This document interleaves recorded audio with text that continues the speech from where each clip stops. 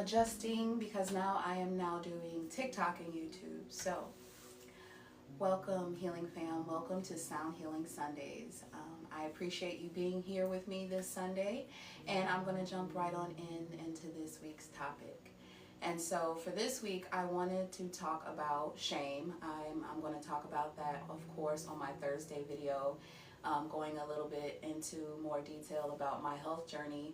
But I also wanted to talk about shame and the aspect of how we carry a lot of our maybe childhood trauma, projections of other people's opinions and thoughts and feelings about us, how we store some of that in our bodies, and how that stress of not wanting to be perceived or ruminating on how we're being perceived, or ruminating on how that trauma shaped us, being maybe very hyper aware of our environment so much that we're very self-critical of ourselves or very analytical of ourselves, tone policing ourselves, and it just takes away the authenticity of who we are. And that shame that is developed in some of those traumatic experiences, that we feel that we have to sit in silence with a lot of our vulnerability, right?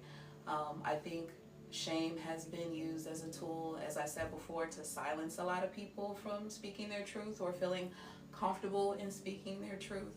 And so you have a lot of people who think that if you live in your truth, you speak in your truth, you're throwing a pity party, or you're looking for attention. And I think what separates those people that are dying for attention and those that are living authentically in their truth is that there you find purpose and meaning and power in what you are or what you've experienced, and you live in that truth to serve others, and you feel empowered in yourself as a service to others. You know, a lot of people want to pull energy, and when you realize from your own personal experiences how much has been taken from you, you are more mindful about the energy that you try and take from other people, right? You understand that energy is reciprocal, that relationships are reciprocal. And so you're very mindful about just, again, energy that is transferred between you and other people. And I think that is one thing. Shame is something that we hold very deeply on a physiological level of how other people have perceived us.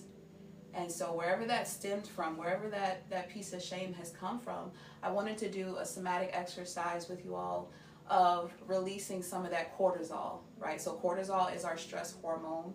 It's stored in our body after high stress environments, trauma, things like that, which can increase blood sugar, right? A lot of people who struggle with maybe weight loss or weight gain, think about how much stress you're under and how much you're storing a lot of stress in your body.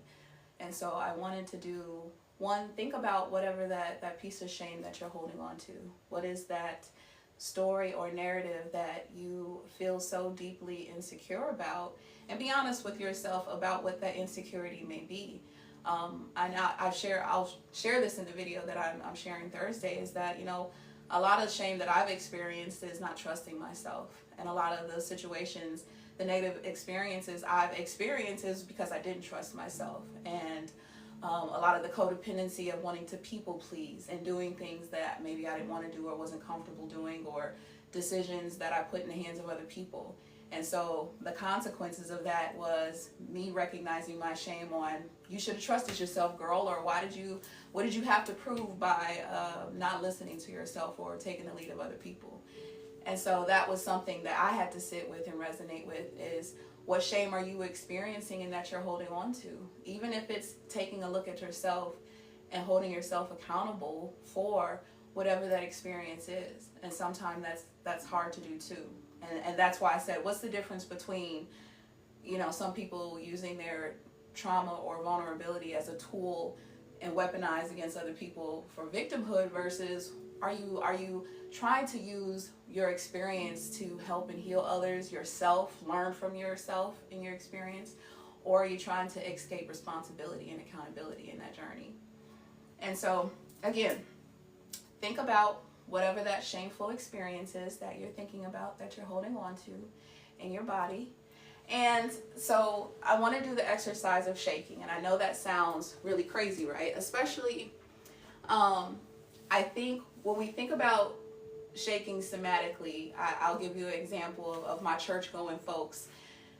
What shaking does is it actually releases endorphins. And so when you see people go through joy and they're, you see them in the church shaking and dancing, you see our African heritage and Native heritage doing a lot of dancing and just a lot of movement and shaking, you are resetting your nervous system.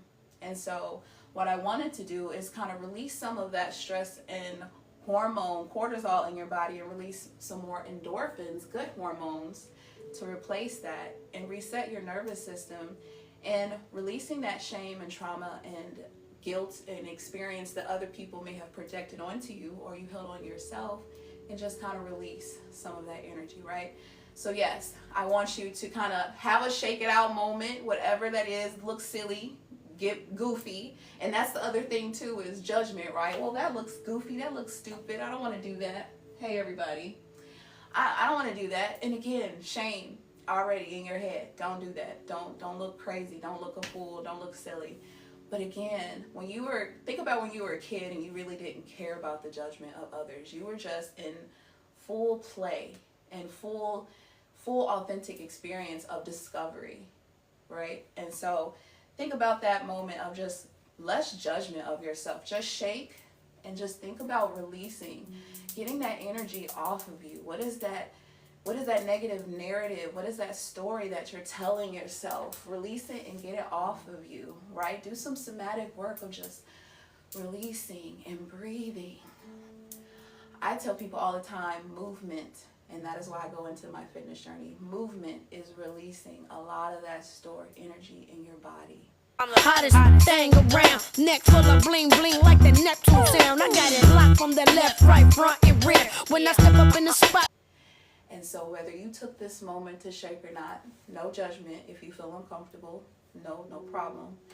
But I want you to take a moment this week to get some type of movement in your body and connection with your body. And I want you to journal, what did it feel like afterwards? And honestly, you could probably have the foresight into recognizing how good you feel after a good dance or a good exercise or a good walk. You naturally feel good after those things. It's the narrative of getting us to do those things in the first place, but after you do those things, you feel good afterwards. It's because it's resetting your nervous system and getting you back to baseline. So go ahead and take a few moments to dance it out, move it out, do what you need to do. And then I want you to process what shame or what negative narrative or stress, trauma are you holding in your body, and what did you shake out and want to release. And I want you to then journal, what are you, in written form, symbolically releasing. What energy are you releasing? And not only in your body, but in spirit and in mind, that you want to give back. You want to return that energy back to where it originated. It is not your thought. It is not your feeling. It is not how you accept or perceive yourself. And then what are you embracing? What are you taking in? What are you accepting instead? What is the story that you want to embrace? So go ahead and I'll give you 6 minutes to do all of those things. And then we'll come back and I'll do the sound bath meditation.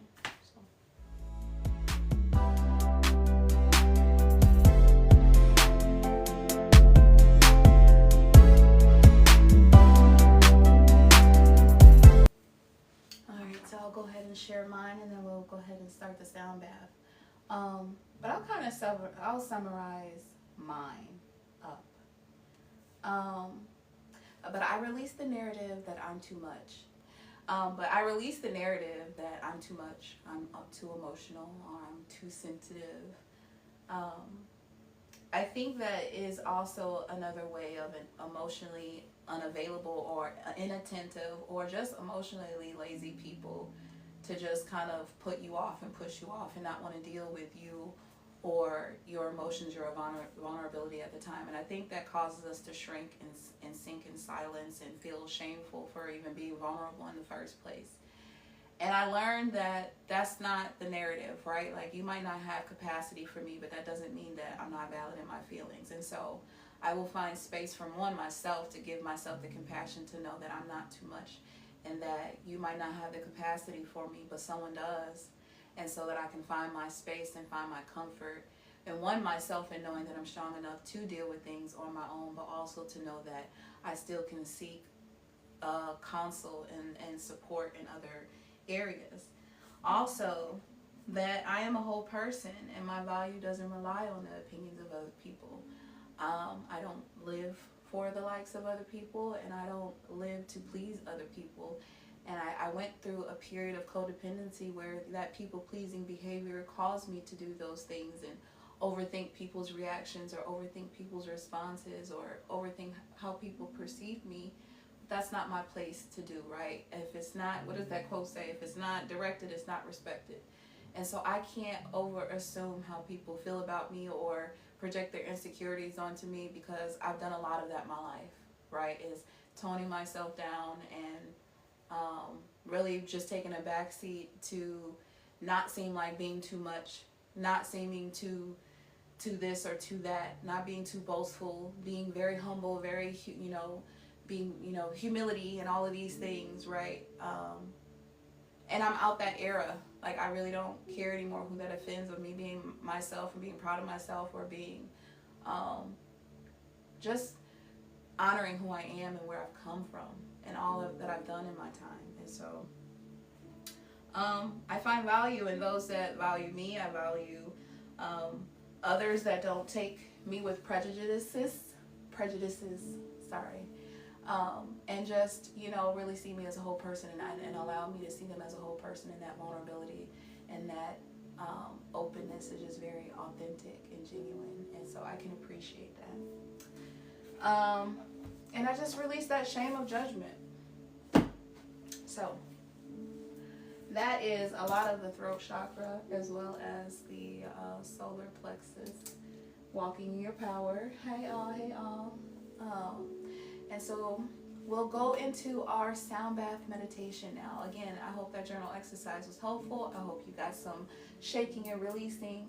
And now we can relax and kind of wind down. If you want to get on your yoga mat and lay down, we'll do some nice, calm, somatic tunes.